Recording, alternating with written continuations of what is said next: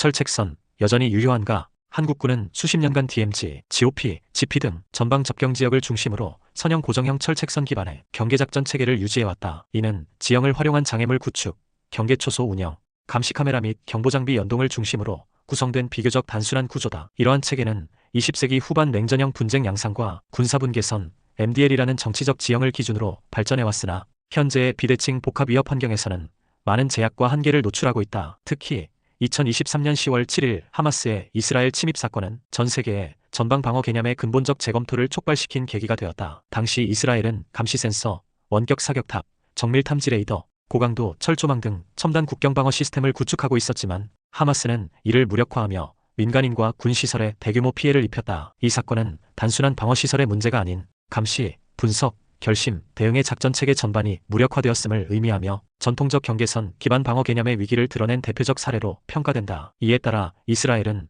최근 하마스와의 전면 교전을 계기로 대대적인 국경 방어 혁신을 추진하고 있으며 기존의 고정형 방어 개념에서 벗어나 통합형 지속 방어 전략으로의 전환을 선언하였다. 이는 단순히 국경 장비를 보강하는 수준이 아니라 국경 자체를 독립적인 작전 영역으로 재정의하고 감시, 기동 타격 심리전 예비 전력 지휘 통제 역량을 통합한 다차원 전장 관리 체계로 탈바꿈하려는 전력 패러다임의 변화라 할 수 있다. 이 글은 이스라엘이 어떤 실패와 교훈을 통해 이 같은 전환에 이르게 되었는지를 고찰하고 한국이 이를 통해 무엇을 배워야 하는지를 논의하고자 한다. 특히 2025년 7월 이스라엘 국방군이 전 국경선을 완충지대로 설정하는 새로운 전략을 공식 발표함에 따라 이스라엘 국경 방어 전략의 구조적 변화를 분석하고 한국군의 전방 철책선 운영 개념을 미래 전장 환경에 맞게 어떻게 재구성할 수 있을지에 대한 전략적 시사점을 도출하는 데 목적이 있다. 이스라엘의 실패와 전환 10월 7일이 바꾼 것들 2023년 10월 7일 팔레스타인 무장단체 하마스는 가자지구에서 이스라엘 남부 국경을 넘어 대규모 기습 공격을 감행하였다. 수천 발의 로켓포 공격과 함께 지상군 병력과 드론, 패러글라이더, 폭발물 드론 등 다양한 수단을 동원해 다차원적인 침투가 동시에 이루어졌다. 그 결과 민간인 수백 명이 사망하고 수십 명이 납치되는 등 이스라엘 안보사상 초유의 국경 붕괴 사태가 발생했다. 이 공격은 물리적 국경 장벽의 한계를 여실히 보여준 사례였다. 하마스는 감시 카메라를 교란하거나 파괴하고 센서를 우회하며 심지어 공중 침투와 지하 뚫기까지 활용하여 기존의 선형 방어 체계를 무력화시켰다. 드론과 패러글라이더는 장애물을 뛰어넘었고 동시다발적 기습은 대응 체계를 마비시켰다. 즉 이스라엘은 장비는 있었지만 실질적인 상황 인식과 전장 통합 역량이 결여되어 있었다. 이스라엘은 국경 지역의 고성능 철책, 감시 카메라, 자동 사격 시스템, 고정 경계 초소 등 다양한 고정형 첨단 방어 체계를 구축해왔다. 하지만 이 시스템은 하마스의 입체적 침투 앞에서 무력화되었고 지휘 통제, C2의 단절, 정보 전달의 지연, 예비 전력 부재 등 전반적 작전 체계의 허점이 드러났다. 특히 단일 선형 방어 체계의 한계가 명확히 드러나 일부 침투에 전체 방어망이 붕괴되는 결과를 초래하였다. 이스라엘 군은 사후 분석을 통해 핵심 교훈을 도출했다. 첫째, 국경 방어에서 가장 중요한 것은 적의 의도가 아니라 능력에 대응해야 한다는 점이다. 둘째, 방어시설이나 센서 장비만으로는 위협을 억제할 수 없으며 유기적인 작전 운영과 예비 전력 결합 없이는 전방 방어가 유지될 수 없다는 점이다. 셋째, 단일 경계선 기반의 고정 방어는 유연성과 회복 탄력성이 결여되어 다차원 지속적 위협에 취약하다는 구조적 교훈이다. 이스라엘 내에서는 이 사건을 계기로 군사 전략뿐 아니라 국가방위 개념 전반에 대한 자기 성찰이 이루어졌다. 정밀 무기와 AI 기반 통합 감시 체계에 대한 과신, 전력 배치의 비효율, 유사시 의사결정 권한의 분산 등이 모두 논의 대상이 되었다. 이는 단지 전술적 실패가 아닌 전략 지휘, 운영 문화 전반의 재구성을 요구하는 사건으로 받아들여졌다. 이러한 평가를 바탕으로 이스라엘은 국경 방어 전략 전반을 재구성하기 시작했으며 이는 단순한 보완이 아닌 전력 구조의 근본적 전환을 의미한다. 다음 내용에서는 이스라엘이 새롭게 구상한 통합형 국경방어 전략의 구체적 내용과 구조를 분석한다. 이스라엘의 새로운 국경방어 전략, 통합과 지속의 원칙. 이스라엘은 10월 7일의 충격을 계기로 기존 국경방어 전략을 전면 재편하였다. 단순한 선형 장애물 구축이나 감시장비 증강으로는 다차원적인 침투 위협을 억제할 수 없다는 인식하에 이스라엘 국방부는 통합형 지속방어 전략을 수립하였다. 이 전략은 감시, 식별 분석, 결심 대응의 작전 주기를 24시간 내내 끊김없이 유지하는 것을 핵심으로 하며 국경을 하나의 전장이자 지속 감시 대상으로 간주한다. 이 전략은 5가지 작전 원칙에 기반하고 있다. 특히 2025년 7월 이스라엘 국방부는 전 국경선을 전술적 완충지대로 전환할 것을 공식 전략으로 선언하였다. 이는 국경선을 단순 감시 차단선이 아니라 적의 기동을 지연시키고 조기에 타격을 유도할 수 있는 공간으로 활용하겠다는 의지를 반영한 조치다. 첫째, 다차원 전장 개념을 도입하여 지상, 지하, 공중, 해상 사이버 영역을 통합 관리한다. 이는 하마스가 드론, 지하 터널, 사이버 교란을 동시에 활용했던 점에 대한 대응이다. 둘째, 아퍼레이셔널 컨터누어티, 즉 작전의 연속성이다. 감시, 식별 타격 복구 전 과정이 공간적으로도 시간적으로도 단절 없이 이어지도록 구성된다. 셋째, 어레인지먼트라 불리는 상황인식 및 자원 배치 체계이다. 감시 장비나 부대 배치를 기능 중심이 아니라 위험 유형에 따라 재배열하고 평시부터 유사시까지 빠르게 전환 가능한 유연 구조를 갖춘다. 넷째, CE 엔핸스먼트, 즉 지휘 통제 체계의 실시간성 분산성 강화다. 정보는 전방과 후방 간 수직 이동뿐 아니라 측방 간 공유가 보장되며 전투 단위 지휘관이 즉시 전술 결정을 내릴 수 있도록 권한이 위임된다. 마지막으로 인플루언스 앤드 파이어 인터그레이션, 즉 전장 영향력 및 화력 통합이다. 방어는 감시와 저지에 그치지 않고 심리전과 정밀 타격을 포함하는 전장 영향력 행사로 확장된다. UAV, 정밀 유도무기, 포병, 해군, 공군, 예비 전력까지 통합 운용되며 일부 전방부대는 타격 가능한 경계부대로 전환되었다. 이처럼 이스라엘의 새로운 국경 방어 전략은 국경을 더 이상 단순한 지형의 선이 아닌 상시적 위협 대응과 억제를 위한 입체적 공간으로 인식하며 그 안에서 감시, 판단, 대응이 실시간으로 연결되는 체계를 지향한다. 다음 내용에서는 이러한 이스라엘의 전략 변화가 한국군의 전방 경계 체계에 어떤 시사점을 줄 수 있는지를 살펴본다. 한국의 전방 경계 체계, 무엇이 달라져야 하나? 한국군의 전방 경계 체계는 오랜 기간 철책선 기반의 감시경보 중심 구조를 유지해왔다. DMZ를 중심으로 구축된 GOP 및 GP 체계는 고정된 감시 장비, 지형장애물, 감시 병력, 경보 시스템을 핵심 구성 요소로 하고 있으며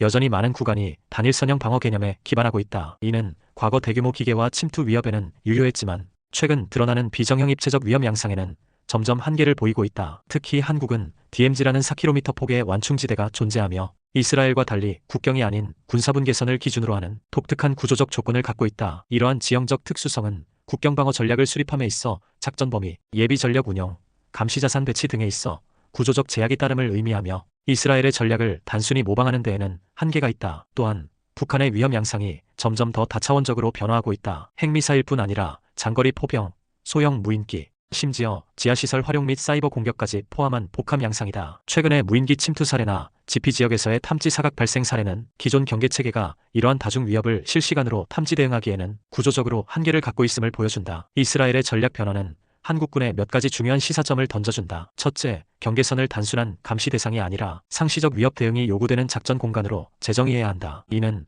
기존 철책 기반의 경계선을 통합 감시 타격 기동이 가능한 전방 작전지대로 재구성해야 한다는 의미다. 특히 지상, 지하, 공중, 사이버를 아우르는 다차원 전장으로 설정해야 한다. 둘째, 작전의 연속성 보장이 필요하다. 현재 한국군은 상황 발생 시 후방 보고와 상급 지시를 기다리는 구조가 일반적이나 이는 전방 소부대의 즉응성, 자율성을 저해한다. 전방 부대가 실시간 상황 판단과 조치를 할 수 있도록 시투 구조를 개편하고 상시 연동되는 감시, 분석, 결심 타격 체계를 갖춰야 한다. 셋째, 방어력을 구성하는 자산을 재편해야 한다. 감시 장비와 센서 중심의 구조에서 벗어나 드론, 로봇 지능형 센서, 정밀 화력, 전자전 수단, 예비 전력까지 포괄하는 융합형 구조로 가야 한다. 전방 일부 부대를 타격 가능한 경계부대로 전환하거나 드론 전담 운영팀을 GOP 단위에 배치하는 것도 검토할 필요가 있다. 넷째, 위험 양상에 따른 유연한 자원 배치가 필요하다. 평시에는 정찰 중심의 소규모 구조로 운영하고 유사시에는 타격 차단, 구호까지 동시에 가능한 다기능 경계부대로 확대될 수 있도록 전환 능력을 설계해야 한다. 이처럼 이스라엘의 국경방어 전략 전환은 한국에게도 단순한 철책 보강 수준이 아닌 작전체계와 지휘구조, 병력 운영 방식 전반의 혁신 필요성을 제기한다. 이와 같은 분석을 바탕으로 향후 정책적 시사점을 제언한다. 정책적 시사점, 한국형 통합 경계 방어 체계로의 전환. 이스라엘 사례는 첨단 기술과 고정된 장비만으로는 국경의 안전을 담보할 수 없으며 전략지휘 조직 문화 전반의 전환이 동반되어야 실효성 있는 방어 체계가 가능하다는 점을 보여준다. 국내 연구기관과 실무부서에서도 기존 철책선 기반 감시 체계의 제약을 지속적으로 지적해왔으며 일부 보고서에서는 유무인 복합 감시 체계 도입, 드론, 기동부대 운영, 예비 전력 연계 대응 체계 구축 등의 대안을 검토한 바 있다. 본 글은 이러한 논의를 참고하되 보다 구조적이고 전면적인 전환을 제안한다. 첫째, 작전지대 중심의 개념 재정립이 필요하다. 전방 경계선을 단순한 통제선이 아니라 지형감시 화력 기동이 통합된 입체적 작전지대로 인식하고 설계해야 한다. 이때 작전지대는 지상, 지하, 공중, 사이버 등 다양한 전장을 포괄하는 다차원 전장으로 설정되어야 하며 이를 기반으로 통합감시, 정밀 타격, 전자전,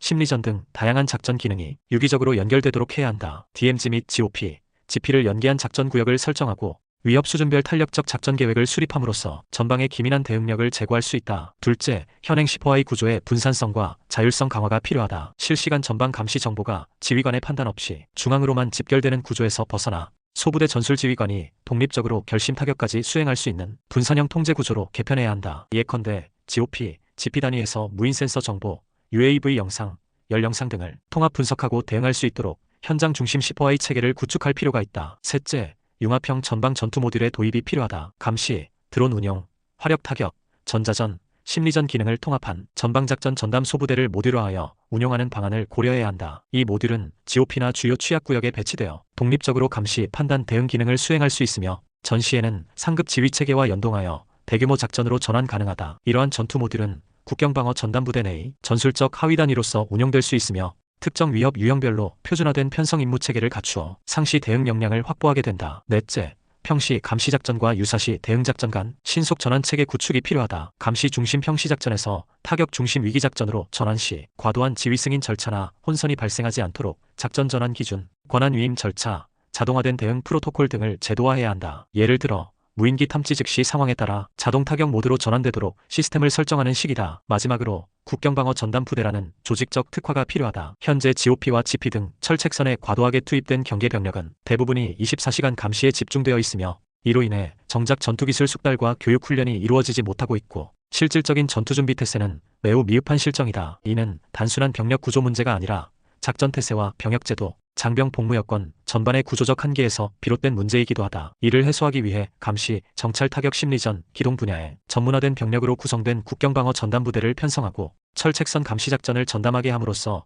주전투부대의 부담을 최소화해야 한다. 이 전담부대는 통합작전 능력을 갖춘 모듈형 전투단위를 내포하며 상황별 맞춤형 대응이 가능하도록 다양한 편제를 갖추게 된다. 동시에 주력 전투부대는 후방 베이스캠프 체제로 전환하여 교육훈련, 전투기술 숙달, 기동 대응 태세 유지에 집중함으로써 전투준비 태세를 실질적으로 강화할 수 있다. 나아가 쾌적한 생활환경 조성과 복무 만족도 제고를 위한 제도적 문화적 지원을 강화하여 인구 절벽 시대에 병역 자원이 제한되는 가운데에서도 병역 기피 및 이탈 현상을 줄이고 청년층의 군 복무 수용성을 높이는 방향으로 병역 문화를 혁신해야 한다. 이러한 구조 개편은 단순한 병력 재배치 차원이 아니라 국방운영 전반의 지속 가능성을 확보하는 전략적 조치가 될 것이다. 이스라엘의 전략 전환은 단순히 한 국가의 사례가 아니라 비정규 비대칭 다차원 위협이 일상이 된 시대의 방어 전략 교본이 될 수 있다. 한국군 역시 전방 경계 체계를 근본적으로 재구성하여 실질적 대응과 전장 지속성, 억제력을 강화해 나가야 한다. 끝으로 정리하자면 이스라엘의 10월 7일 사태는 단순한 경계 실패를 넘어 전통적 방어 개념의 구조적 한계를 드러낸 사건이었다. 이를 계기로 수립된 통합형 지속방어 전략은 물리적 장벽에 의존하던 국경방어 개념을 작전지휘, 조직기술이 융합된 입체적 전장관리 체계로 전환시키는 패러다임의 변화였다. 한국 역시 북한의 복합적 비정규 위협, 드론 침투, 미사일 및 장사정포 공격 가능성 등을 고려할 때 선형 감시 체계만으로는 전방을 방어하기 어려운 시대에 진입하고 있다. 단순한 시설 보강이나 장비 증설을 넘어 경계선을 작전지대로 재정의하고 통합작전 운영과 실시간 대응 역량을 중심으로 한 새로운 방어 전략의 수립이 요구된다. 이제는 철책이 아니라 전략과 체계가 전방을 지키는 시대다. 실시간 감시 분석 결심 타격의 작전 연속성, 자율적인 지휘 통제 구조, 융합형 전투단위 편성, 예비 전력과 전방 전력의 유기적 통합은 한국군이 구축해야 할 미래형 전방 방어 체계의 핵심 요소가 될 것이다.